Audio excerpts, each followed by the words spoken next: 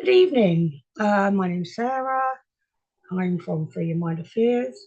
I've got a really nice guest with me. First of all, I was actually his bereavement coach, um, and he liked it that much, as in the coaching side of it. So he wanted to train up as a coach. So now it's really, really good because he's using the bereavement side of it to actually help others. So he's now a bereavement coach, which is fantastic. I mean, how did we start? Well, you knew me anyway, didn't you? Really, you knew what I did. No, I've known you for quite a while. I'd say about 15, 16 years now. Yeah, And it started um, January 19th, 2022, with the loss of my wife, which I was with for 39 years, which is quite a long time. Um, and then from there, we were talking. I did come down and stay because at the time I was very, very low. I was in the wrong place, and I was actually sofa surfing around friends' places, and um, Sarah was kind enough to offer me her sofa and pre-warned her children. Um, they're not children; they're adults, but they were pre-warned. Um, and whilst that happened, a few months later, I think it might have been May. Um, when was that? May 2022. yeah. My mum passed away, and then from there, it just progressively went downhill. Got to a stage where um, so many memories came up, and Sarah was absolutely brilliant. Um, I found out she was training to be a life coach at the time, um, or she'd been doing it for a while, and had a folder full of certificates. Well, yeah, my therapist, I was sort of training up at the time. Yeah, yeah. So I eventually came away from there, and I came home. I was still struggling. My dad was okay, as far as I knew. It was a normal thing for an old person because my mum died. I think she was about 90 when she died. Sorry, just had. I thought that was a. I believe in spirits, and I thought that was something touching my leg. Unfortunately, it was the cat. She got a paw up on my leg. I think she wanted to get up on my lap, but she likes my computer chair. There you go. So sorry about that. Distracted by the cat. But I did come home. I was still really, really struggling on eating properly, um, trying hard to find work because obviously bills to pay, mortgage to pay, and everything. And then me and Sarah somehow fell into a relationship. I know, very weird. That was very, very, very weird. Um, but it's worked out. But then, unfortunately, in January 2023, just after Christmas, my dad died. So within 12 months, I've not only lost my wife, but I've lost my mum, I've lost my dad. So you can imagine how I was feeling at the time. Um, I will be perfectly honest, and Sarah knows this, because we have been talking, and that's possibly the reason why she became my coach for bereavement. Um, because I was here one night, I had a bottle of Jack Daniels, or a couple of bottles of Jack Daniels. Um, I also had my late wife's tablets in front of me, and I was very, very, very tempted to take the whole lot and go away from it completely.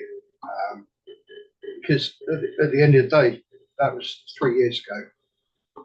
I'm 62 now, so I was sort of 59, I think it was at the time. And it was a fact that, well, I didn't really want to be here.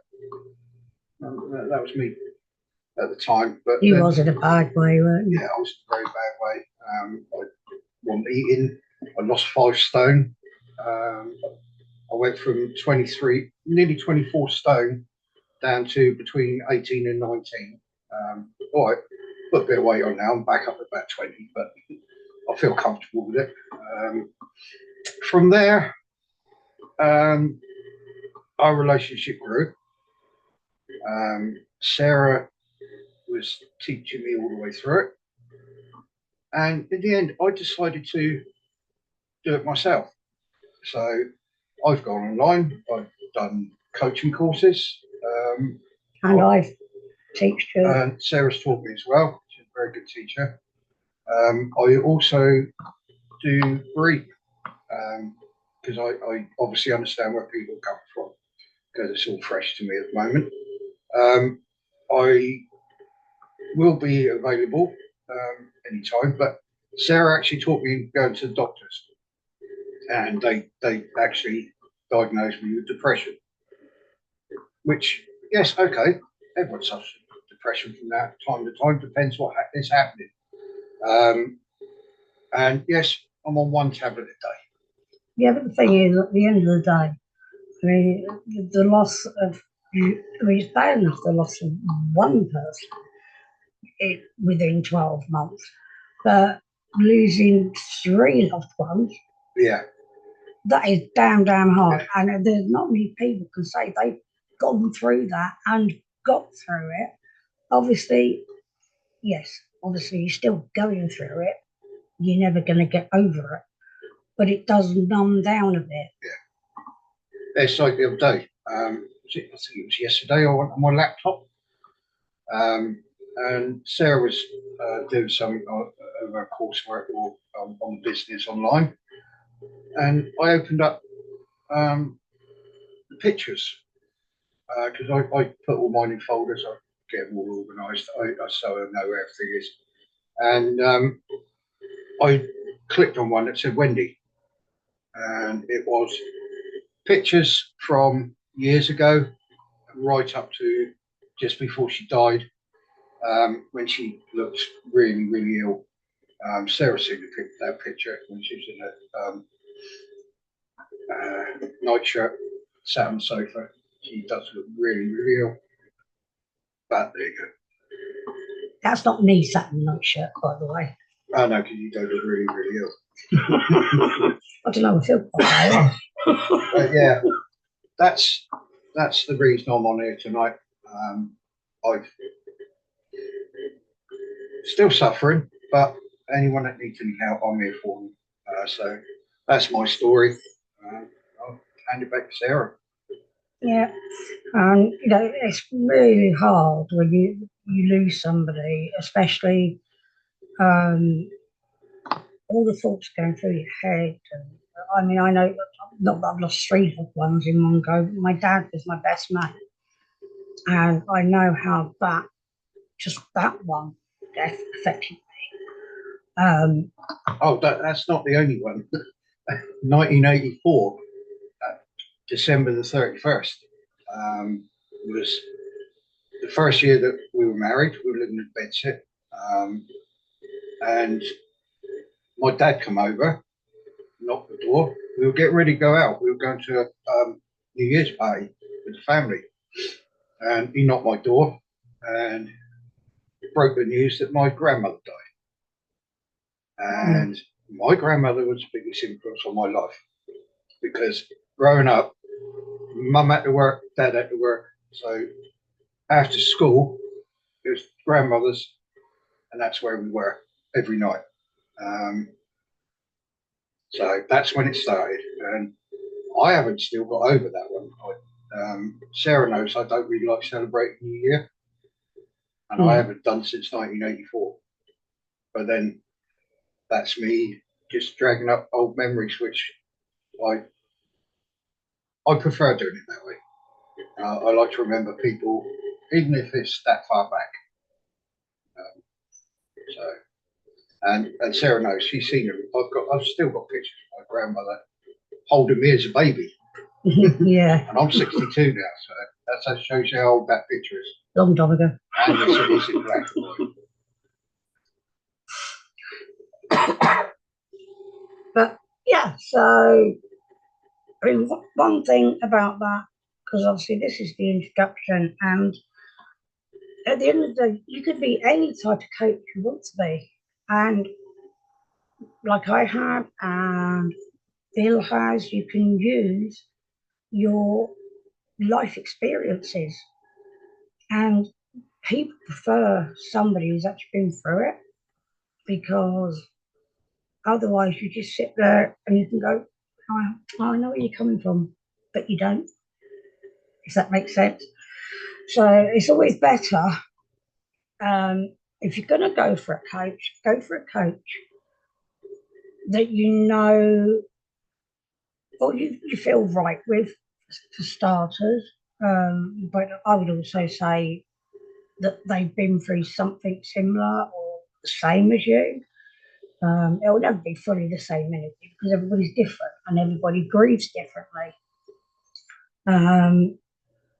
But I will say that, I mean, a good thing with Bill, teaching him the life coaching and everything else, he's actually took it on board very, very quickly and really well. I think it helps because of obviously life experiences, because like you said, he's old. So, sorry. Yeah, I keep getting reminded of that. Someone is a few, well, I think it's about 7 years or something younger than me. I keep getting reminded that I'm old. That's about 6, but yeah. But yeah, this is an introduction. I'm not very good on camera normally. Sarah's more confident than I am, even though she says she isn't. I've watched her quite a few times. But I will talk to anyone face to face. I'll talk to anyone over here. I'll talk to anyone on the phone. I don't mind. I've started to come out myself. I am a reserved person. I don't open up very often. I have done recently, and it's only because of someone who has been teaching me, and I reckon what they were doing while they were getting me to open up was actually working on me as a client. I wonder who that is, Sarah. Oh, I wonder why. But yeah, no, she is very, very good. I can recommend it. I know it probably sounds biased because I'm also a partner, but I'm also a partner in the business. I'm silent partner. I sit in the background. I've decided to do this because at the end of the day, people out there, they do need people to talk to over bereavement. If I can help in any way, I'll sit and listen to you all day long if I have to, and without even commenting, I'll just let you talk away. So. Yeah. But also, introduction to this, it's not too bad time so far, nearly 20 minutes in. But it's all, the first thing I would say to you about coaching is I love it. I love helping people anyway. You really have to have that passion to help people, no matter what it is. Unfortunately, I've been through quite a lot, so I can help quite a lot of people. But when you first start out, you need to think about goals, your goal settings. You need to break down your goals. So where do you want to be in the future? And then you've got to break down how you're going to get there. And then as you do that, you have to break it down into little hurdles. Don't say, oh, I want to climb a mountain and that's my goal. No, I want to get to that ledge on that mountain. And then from that ledge, I go, oh, I want to get to that ledge. And that way you will do it. You will achieve what you want to do. if you just do one big goal, you're going to lose. And we're not all really brilliant at getting to a goal, a big goal. Uh, I know that myself. Although I'm very much keep on and on and on tonight. I don't take the teeth out of anything once I've got the teeth in. So, I, Yeah, teeth in it. I wouldn't rephrase that. Yeah, got And your teeth in it. And for Sarah to get on to the next level, she does use a step ladder. Sorry, I had to get that one in. Oh, just with my short arms. He's lanky, so he's tall. But I mean, with you, with sort of helping you through the bereavement, I was taking you through little steps at a time, wasn't I? Yeah, you were. And it was only like little dolly steps. Yeah. There wasn't a big chunk thrown in there. It was just little bits at a time, and then would leave me for a while to settle down and get my head straight. And then once I was in the mood, talk to me again, go that way. So it works if you persist in it. Yeah. That's all I can say. If you really want it to work, it will work.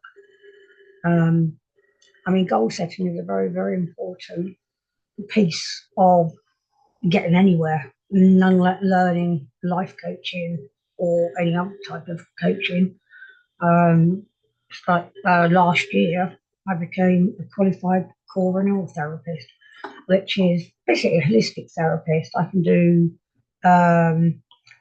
meditation, hypnosis, can talk so many things on, which I find really, really good because I can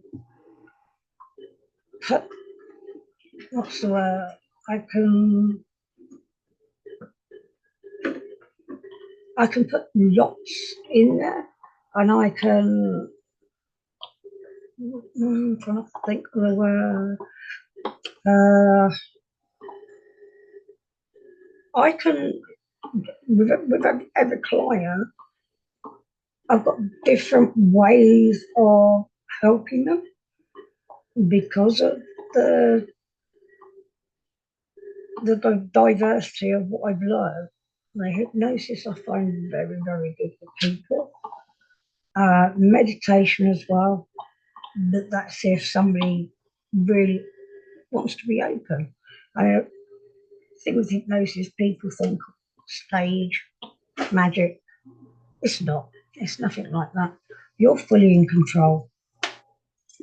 And that's how I want it to be. If you're uncomfortable, then I'd rather you say. At the end of the day, I don't want to do anything that you don't want to do because otherwise that's not going to help you. And that's how you need to be as a coach. Don't push somebody over the edge.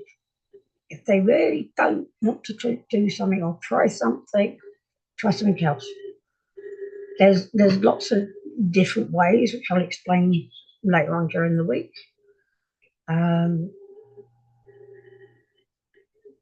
But somebody's got an annoying cat like I normally have, but this he's got an annoying cat, so have I. Oh, so is Lisa, who was with last week. I should be on camera in a minute, don't worry. It's also about motivation. You've got to. What I do is I start each day with could be even 5-minute meditation. I just sat in the chair, I just relax, take my mind where somewhere nice where I want to be. Right. There you go, people. One annoying cat.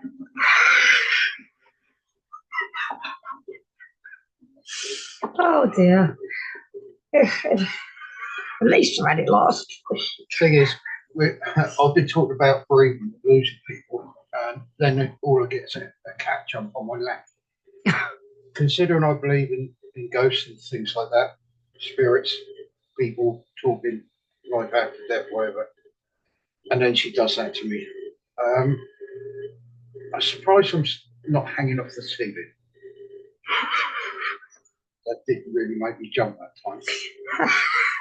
Yeah, my cat does that. That is your cat. Oh. I forgot you had us for a bit. What the hell's that? What? I've just got pop up in the middle. Soon. It's really Weird. Yeah, motivation is a very big part of being a coach. You've got to be motivated. You've got to be structured. Like I said, I do like just 5 minute meditation, and then I'll go on to positive quotes and sayings and thoughts and whatnot, and that sets me up for the day. If I'm lucky, I'll do some exercise with Lisa, but that's a bit hit and miss at the moment. But yeah, something to do with it. But you need to. There's no point getting out of bed and really grumpy, and then your first client is really, really down, because it's going to bring you down too, and it will. It doesn't matter how happy you try to be, you can't. I mean, I'm a bubbly person anyway, aren't so was that all right for you? Yeah, cheers normally. I'm the grumpy one normally. Yep. Especially first thing in the morning. Oh yeah. I'm not a morning person. I don't do mornings. But, hey. No, yeah, he doesn't like this. He's still got this whole cough. I know a lot of people are suffering with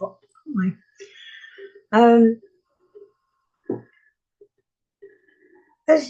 It depends what you like that can motivate you, really. Some people go running, some people will do the exercise, and that's what motivates them. I prefer just a 5 minute meditation, going through nice quotes and things. You'll notice, especially on the page, I always put nice quotes up. Sometimes a funny one, depends on the mood I'm in, really.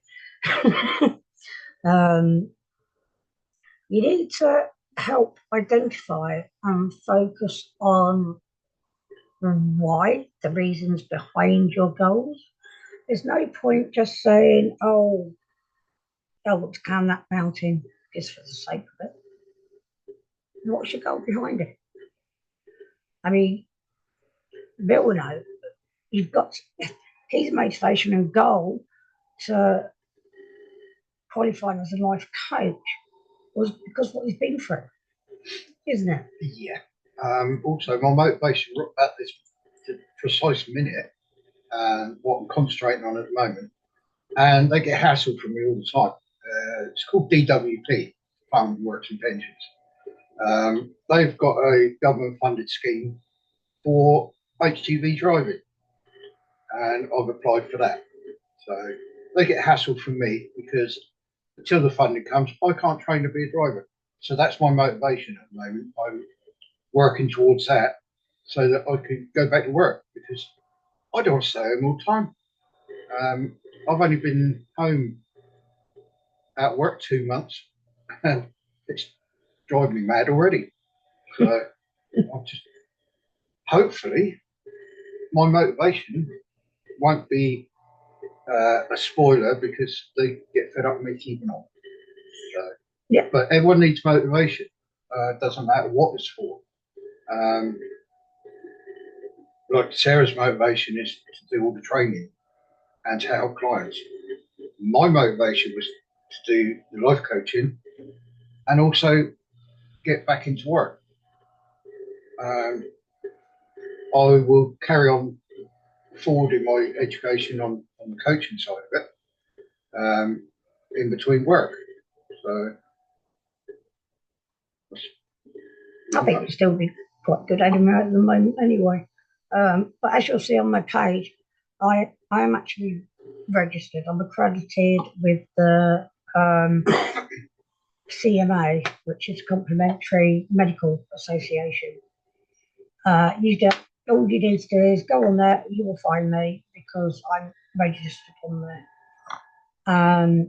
And when I'm qualified as a therapist, then I'm registered with that as well. So I'm completely accountable for anything I do. I'm not like a lot of these coaches that come on and, you know, they've got no qualification whatsoever. So it actually does really annoy me.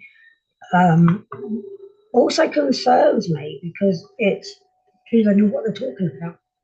You know, it's very easy to upset somebody badly to the point, no, they're not going to come back to you, but you've damaged them in some form. It can only take a little sentence, can't it, Bill?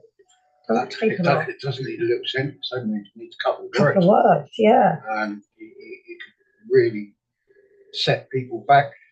If they've been struggling for years, you can set them back a couple of years. So you need to get people that are actually accredited or actually qualified, registered. Okay, I'm not registered at the moment, but I'm working under the guidance of Sarah, who is registered. So if I do make a mistake, I guarantee I'm going to be told off quite severely. Yeah. So I don't mind. At the end of the day, it's something that Sarah's passionate about. And I must admit, I may get round to doing it myself one day. If I do enough education courses, I might get myself registered. Yeah. Then I'll be fully accredited. And the thing is, being accountable is if you're working with someone and that you really upset them for some reason that you don't know about, they can actually report you to the authorities and you could be struck off. Whereas a coach without any registration will just say, well, fair enough, see you later. Yeah. And that's it. You've got no comeback. At least with a registered coach, you've got comeback. Mm-hmm. It's a good thing being accredited. Yeah, exactly. But yeah, I mean, after the motivation, you need to think about time management. So just trying to think. Time blocking, you've got to say, right.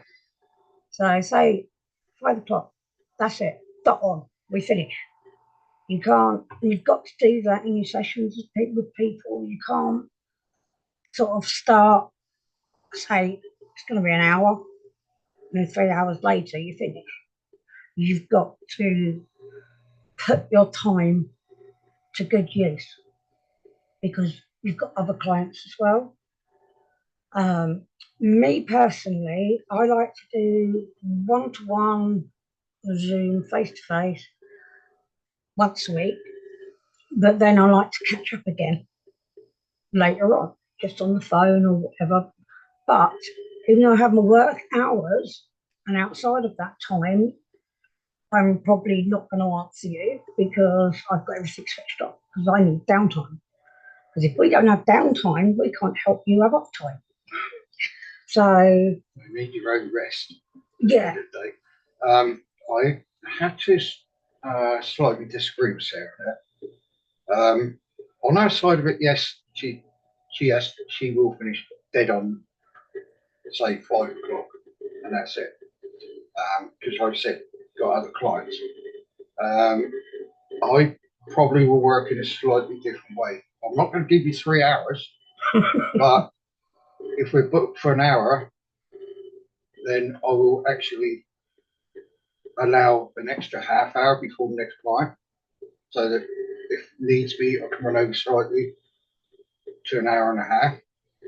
It just depends how the client I'm dealing with is reacting at the time. They may need to talk for a little bit longer, go over it.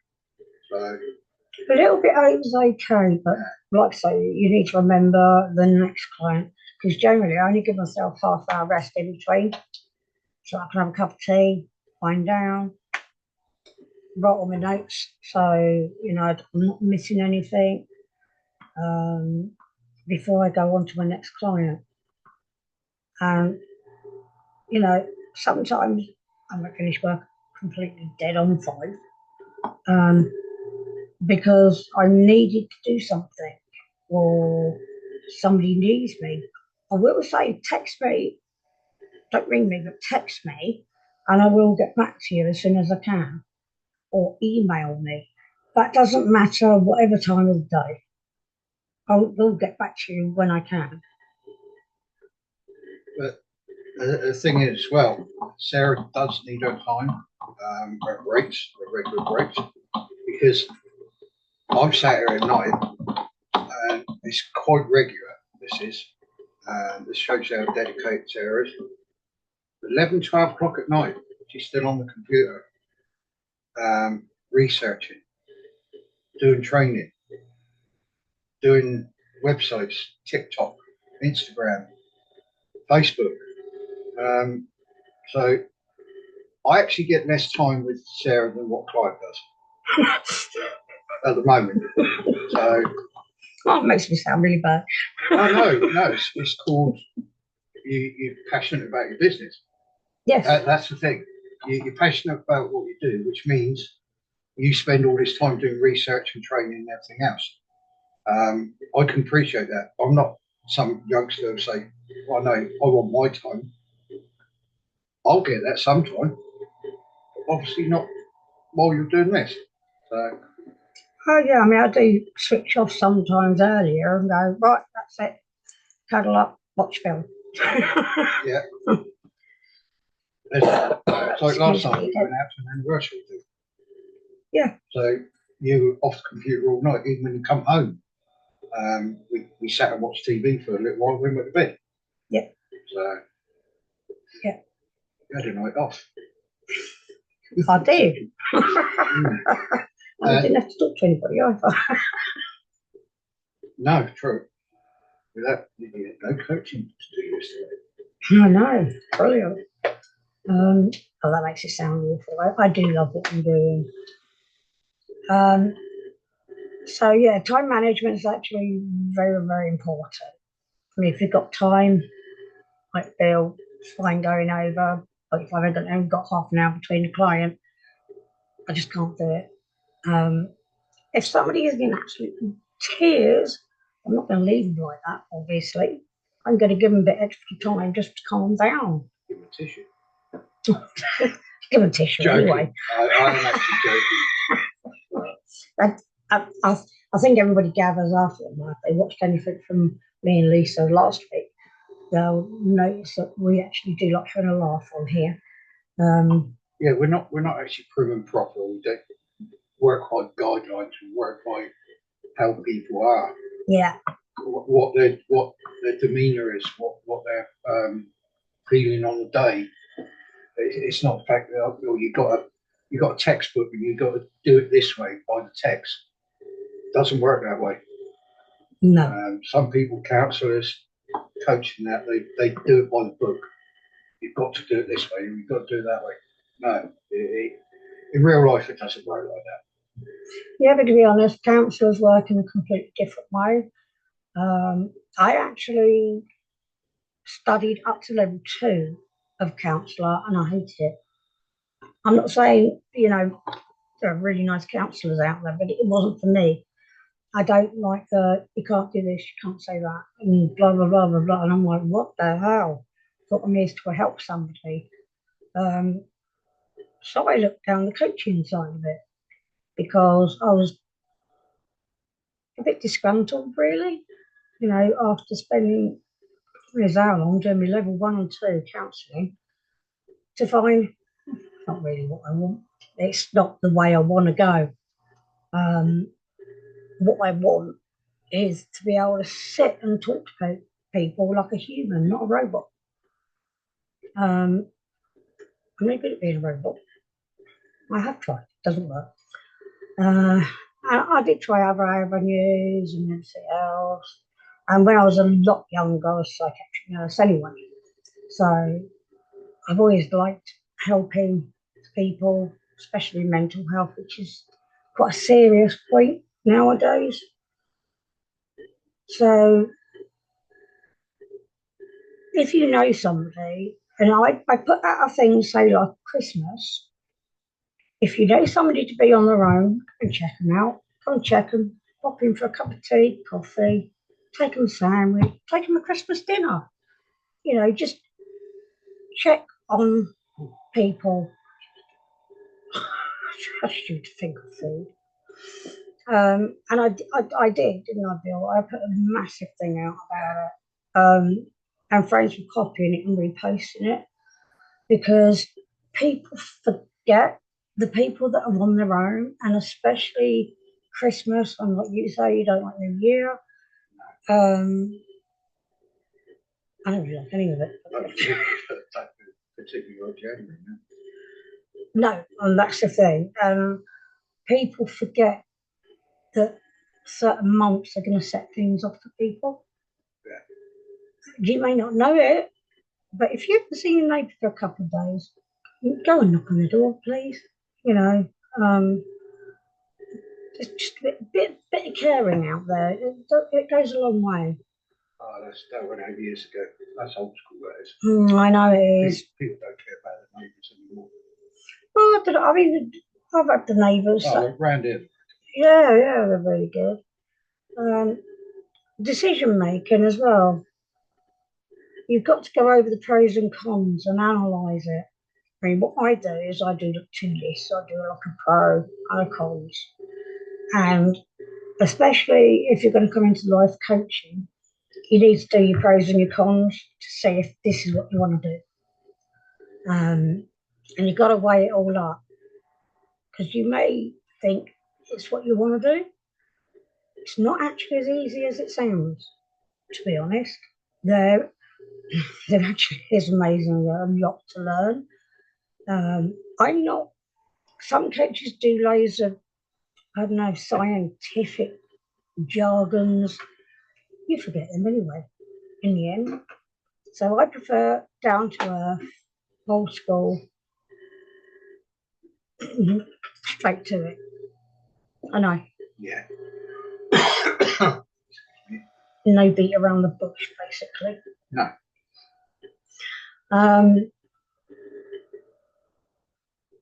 You don't just come out with it. You do think about what you say sometimes. Sometimes. But then we all do that. At a certain age, people do it. If you've got something to say, you'll say it. And if people get upset, they get upset. It's just life at the end of the day. Well, yeah. And if you think about it, doing life coaching, it's about life. So you end up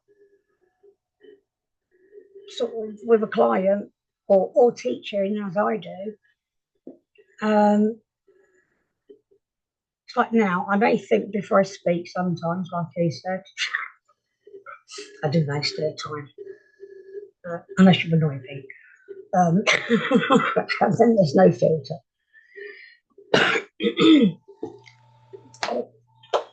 But yeah, I mean, decision making, again, you've got to go through pros and cons. You should make sure it's what you want to do. I'm not one of these people that will just take your money and run. I'd rather you know what you want to do. Normally, the first hour with me is free, so that we can get to know each other. That's with a client, but you'll get an hour's free training as well, just to make sure you are where you want to be. Stress. It can be very stressful, and you need to take that into consideration. But you can also teach your clients, and it would be sort of basically what I'm going to be teaching you, simple breathing exercises, which can be immediate stress relief, to be honest. If you know what you're doing, which I would be teaching you that anyway. like I said about the meditation, the hypnosis, there's loads of different ways, and you need to. If one way doesn't work with somebody, always try something else. You know, not everybody's the same. So obviously now I've become a qualified therapist as well. I've got loads of tools in my box. But also it's stressful for you sometimes. I mean, it's stressful, isn't it, Bill, sometimes? My side of it is totally different to Sarah's. Sarah is going to be teaching you to be a coach and stuff like that. Mine, yes, I'm a coach. I'm a life coach. I have passed tests and everything. I've done qualifications. I've got certificates. I can prove it. But with the bereavement side, there'd be more of, yes, coaching, but as in more like a counsellor, if you'd like to say. I'll be helping you through your bereavement. But not actually teaching you to be a bereavement coach. If that makes sense. Yeah. At the end of the day, you need to learn how to be a life coach, and that's how most people do it. You become a life coach first, then you can go mindfulness coach, wellness coach, bereavement coach. Then you can decide which way you want to go, and you can either take qualifications in that, or Bill doesn't need to. He's got that knowledge because he knows how it feels to have that bereavement, and very badly as well. Do you want to say something? Not really. I'm quite a sensitive person, so this conversation is very hard. But other people have spoken to me about their bereavement. There was a guy last night. He lost a grandmother recently. Oh, yeah, I saw that. Yeah, he was talking to me about it, and I was trying to obviously make him feel a hell of a lot better than what he did. And when I left, I shook his hand and he said, "Thanks for the chat." And I said, "You're welcome." I said, "Just take care of yourself," and that was it. I'll probably speak to him again sometime because I do bump into him on a frequent basis. But no, it's not really a lot I've got to say. I think I've covered everything I'm prepared to do. You've just got a hell of a lot more than what I have to offer, basically. No, you've got a lot to offer. But sometimes you can take the stress on. One thing I would say, you have to get, sounds horrible, you have to get a bit hard. You've got to, if you took on the stress of every client, you'd be done doctors every day, you know, because it's all different types of stress. And at the end of the day, you're making them feel better. And there's ways I de-stress myself anyway, but when you're using certain techniques to help somebody, it's really good to see them coming on leaps and bounds. It makes you feel good as well because you know you're helping them. And you know, it's nice when clients come back to you. That's part of the reason I decided to do the bereavement side, because I've got you to help me out mentally and everything, but it also helps talking to other people who are going through the same situation. Yeah. It actually helps with my head and puts me in different mind space to, especially talking to other people about their bereavement. It just brings it home that I'm not the only one that's suffering. So, yeah, because when you're suffering with something, the majority of people feel like they're alone. Yeah. I felt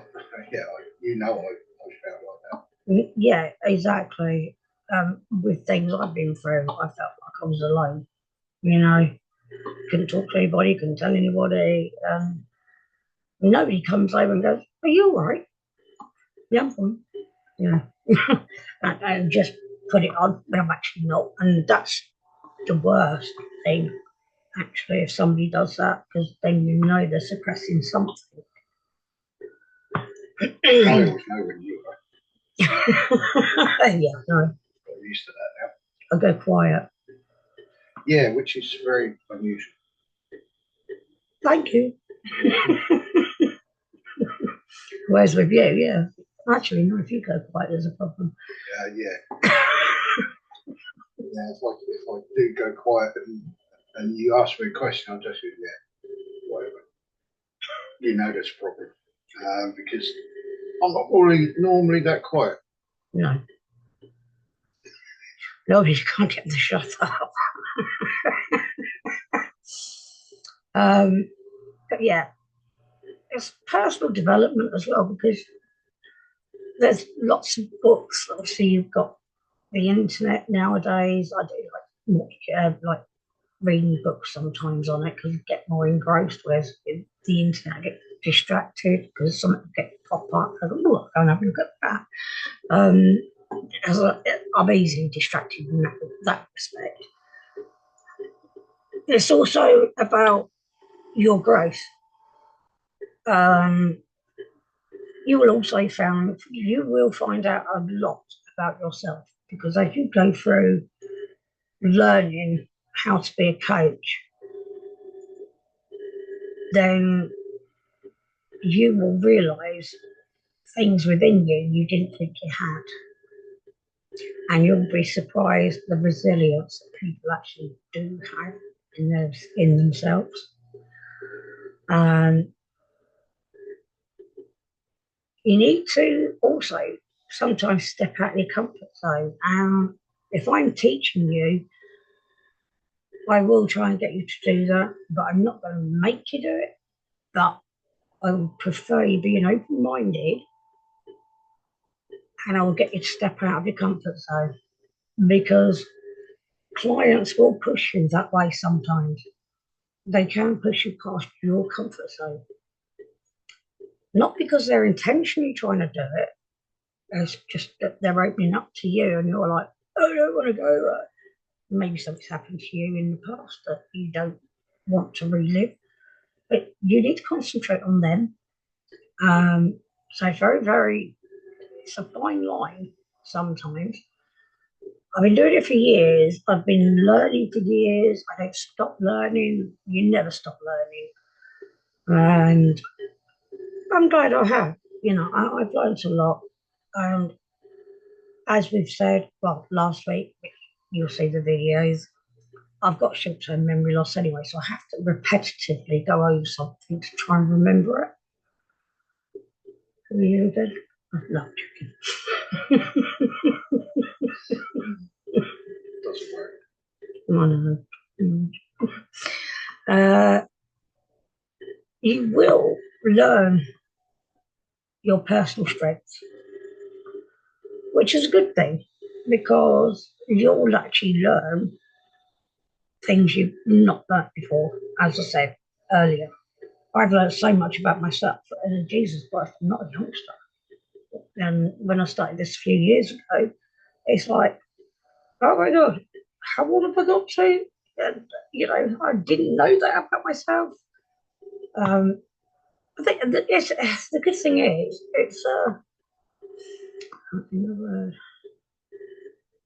it's growing yourself,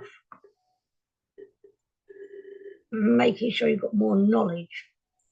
It's very important to always keep learning. I learn something new every day anyway, because you do. You need to be open-minded about things.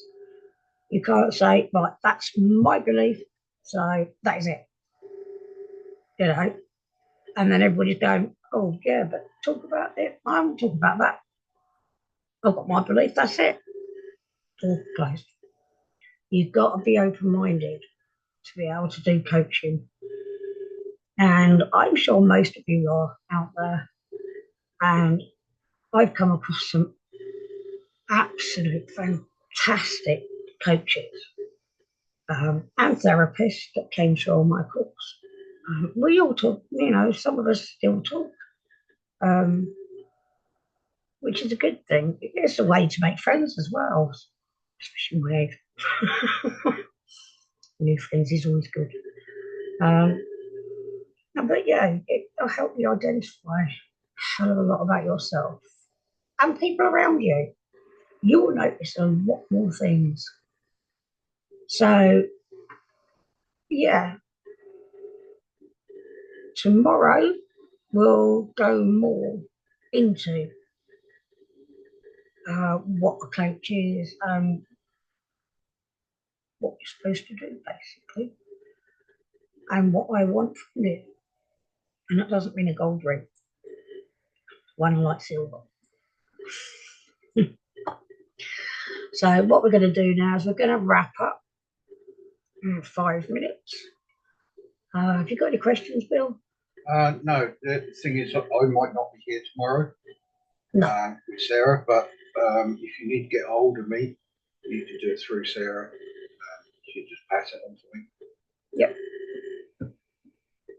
But apart from that, I really enjoyed my story this evening. Yeah, very good story. Very heart-wrenching one as well. Yeah, so anyone out there that's suffering at the moment, get in contact with you, have an initial chat and see where we go from there. Yeah. So, again, goal setting, remember that. Personal growth and development. Tailored support and guidance, very important, because every client is different. So you need to tailor it to your client or in your teaching or whatever you do. You need clarity on professional goals. You need to know what your goals are and how to get there. Improve self-awareness, which you certainly will learn. Enhance decision-making skills, make you better at that as well. Increase confidence and motivation. Yeah, it certainly does help. Again, because you learn so much about yourself and other people close to you, because you'll suddenly go, didn't recognise that about that person. Oh, why did mom do that? Certain things, it will change your mindset. It will make you more confident, but I prefer people not to get overconfident because I don't like bolshy people who think they know it all. You've got to be open-minded all the way. So always assess current situations, set clear and achievable goals, like I say, or even baby steps, little hurdles at a time. Develop self-action plans, what you're actually going to do. We've all got diaries and stuff. I've obviously got diaries of who I'm seeing, doctor's appointment, there's always appointments somewhere, which I work around it, which is a good thing with coaching because you can work anywhere. I could be sat on a beach talking to you now. And that's the good thing about it. I don't have to be in an office. The Zoom and unfortunately COVID, but it did open the doors to a lot more ways of doing things, like online. As online has come so far so quickly after COVID, it's unbelievable. It's hard to keep up sometimes. Also, regular test check-ins, which if you've got a client, always check in with them as well. You leave the door open for them to contact you, but contact them as well just to make sure they're okay, because they may not be, and they may be bottling it up until the next time they see you. So always check in on them. So a couple of days later, I'd give them a call rather than an email, because to me, I want to hear what they're like. I can, what they sound like. Again, it's coaching's about adjusting strategies all the way along. So I hope you learnt a bit today, and tomorrow we're deep into it even more. So I'll say good night. And what time are you on tomorrow? At 11 o'clock in the morning. That's 11 a.m. GMT. Yep. UK time. It's all on the poster anyway. Yeah, I'll say good night. Good night from him, good night from me. See you tomorrow. Bye.